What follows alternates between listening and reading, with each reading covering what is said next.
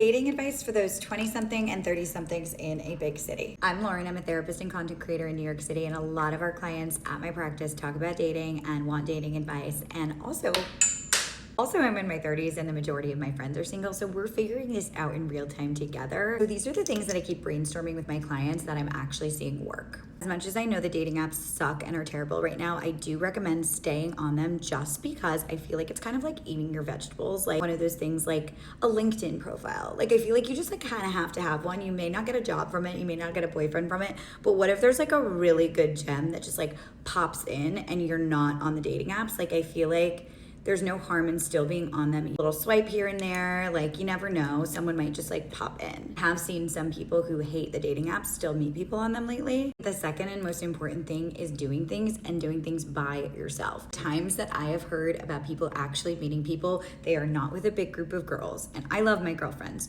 to death. But if I were trying to meet somebody, I would probably try to put myself in spaces where I was alone or maybe with one person, because that makes it a little bit easier to be approached.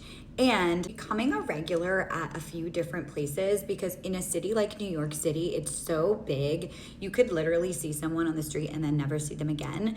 But if you go to the same coffee shop at the same time every week and you sort of like make it your ritual, you could even become friends with like the coffee shop owners or like the people who work there. Say you're like reading your book and sitting there, you're way more likely to meet somebody out in the wild at the same places over and over again if they have sort of the same routine. So if you pick a couple of places that you're comfortable going, frequent them often, I feel like that is one of the best things that you can do. The last thing I will say, and I think the most important thing about dating, is your mindset. Don't come for me. I know this is gonna sound cheesy and very therapist-y, but you have to hear me out. Sometimes it really is the mindset that you get stuck in, that I never meet people and I'm never going to meet people, and what's the point of all of this, and why should I even put myself out there? That does hinder meeting somebody who could be a really good fit. And sometimes the work that I do with clients in therapy is first just like changing that mindset and like opening up into an abundance mindset.